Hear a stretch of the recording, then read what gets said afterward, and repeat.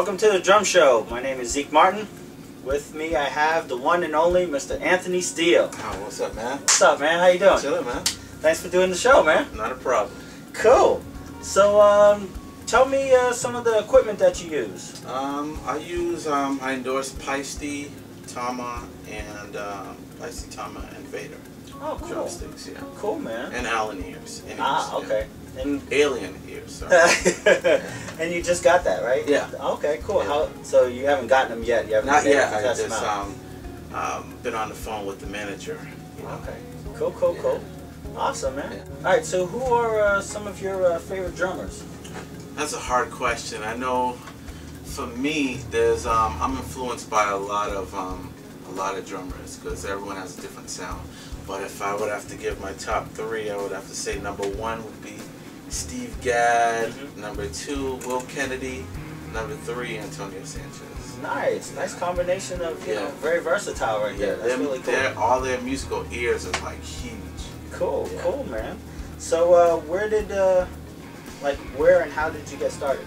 I'm from Boston, Mass. Okay. This is home, so that's where I got started. Of course, the same story. Grew up in church, beating on pots and pans, that whole thing. Yeah.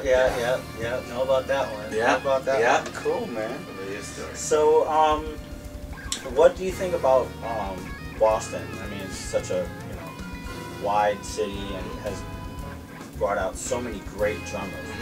What is it about Boston that has that sound that so many people, they come here or they're born here and they just get, there's a sound in Boston that I don't think you can get anywhere else.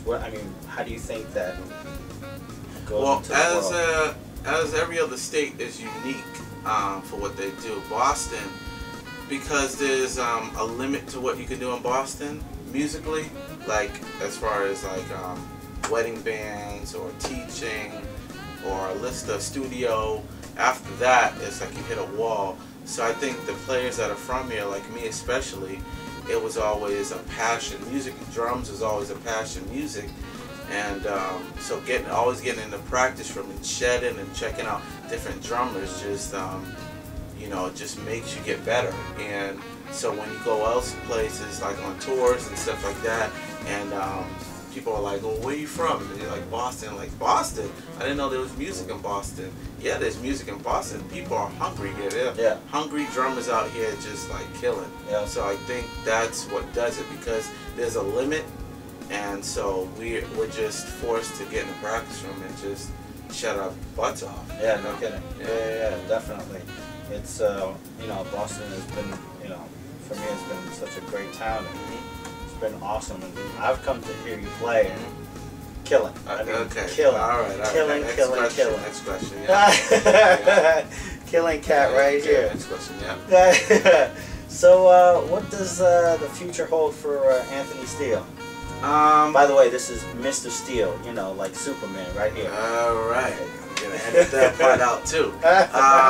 The future, for me, of course, playing to the best of my ability. I'm doing entrepreneurial business stuff right now, so besides drumming, I'm doing instructional DVDs, supplemental books. Getting into the whole, actually advertising my shirt that I created. Oh, get out of I'm here! gonna come out with my own musician's line Get out of of here! drum shirts and drum apparel. So be on the lookout for that. Oh, get out of here! Yeah, I want one. Yeah, this is stuff in the making, because I feel like a lot of musicians.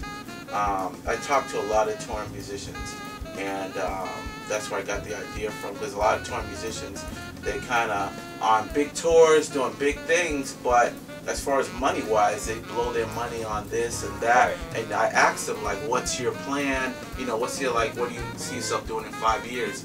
And some of the top drummers have told me that, they don't know. Like, it's all they're depending on is the next tour or the next this. But I was influenced because the way the music industry is now, it's so messed up. I mean, like back in the days, like back in the 90s, you had so many killing acts like that you can get on the tour and it was worth it. But now you got, no offense, you got Lady Gaga, You got you know, just a whole. I don't want to, you know, put the musicians down, but I'm just saying. Don't want to put names out there. Don't want to put names out there. But as far as musicality and be able to express yourself, you really can't do that on a gig. Right. You know, a gig's a gig.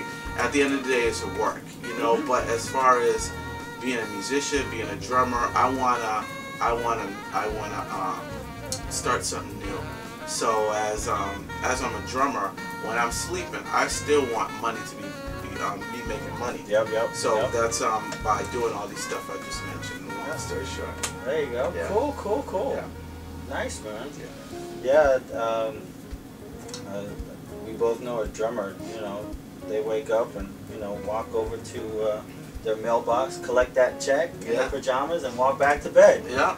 Because like, especially in Boston, as you know, like in the summertime, it's heavy. You know, good with work, but then in winter time, it's slow down big time. Let's go. So that struck the idea of like, what else can you do? Because I went to Berkeley too, 4-year full scholarship. But while I was at Berkeley, it was like, okay, yeah, I'm here, I'm learning this, what I'm learning, but when I get out in the real world, like, what am I gonna apply? What am I really going to? How am I gonna make this whole music thing a career? You know, because there are thousands of drummers out there.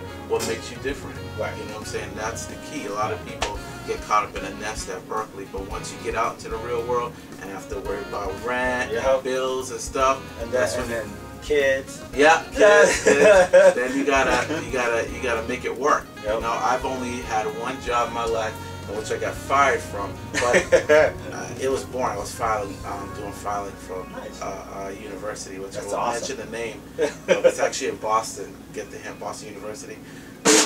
But it's been music ever since. Right. Yeah. Nice, man. Yeah. Cool. Now, any advice for any upcoming drummers? You know, all these upcoming cats. You know, like you say, coming out of Berkeley, or I mean, nowadays, there's so many schools. Even in Boston, BU has a really good music program. Northeastern has a good program. There's NEC. But for all these up-and-coming drummers, any advice that you would give? I mean, this is a working musician. Like you said, he does this for a living. Right. So. The best advice I can give, I would say that if music is what you want to do, learn it to the best of your ability. Like, learn it to the from A to Z. Learn it. Don't be limited by just being an R&B drummer or being a pop drummer or even just being a jazz drummer. Like, I love being a chameleon. Like, I can play jazz, I can play rock, all different styles, and I get called for those different types of gigs. So I'm always working. That's the key. A lot of cats think that it's just a tour. You get on the tour and you're set. No, once the tour is done, what are you going to do? How are you going to make money? So my best advice is, like, if music's your thing, like, do it to your best ability. Learn all you can. Whatever college you're at, doesn't have to be at Berkeley, but just learn everything, learn everything well. So then when you get out of where you're at, then you can make it work for you and make a career out of it, and then hopefully inspire someone on the way. Yeah, cool. Yeah. Good advice, man. Cool. Well, this is another episode of The Drum Show. Anthony Steele. If you don't know about him, go check him out. He is killing. I mean, killing. All right. So, thank you, and catch you next time.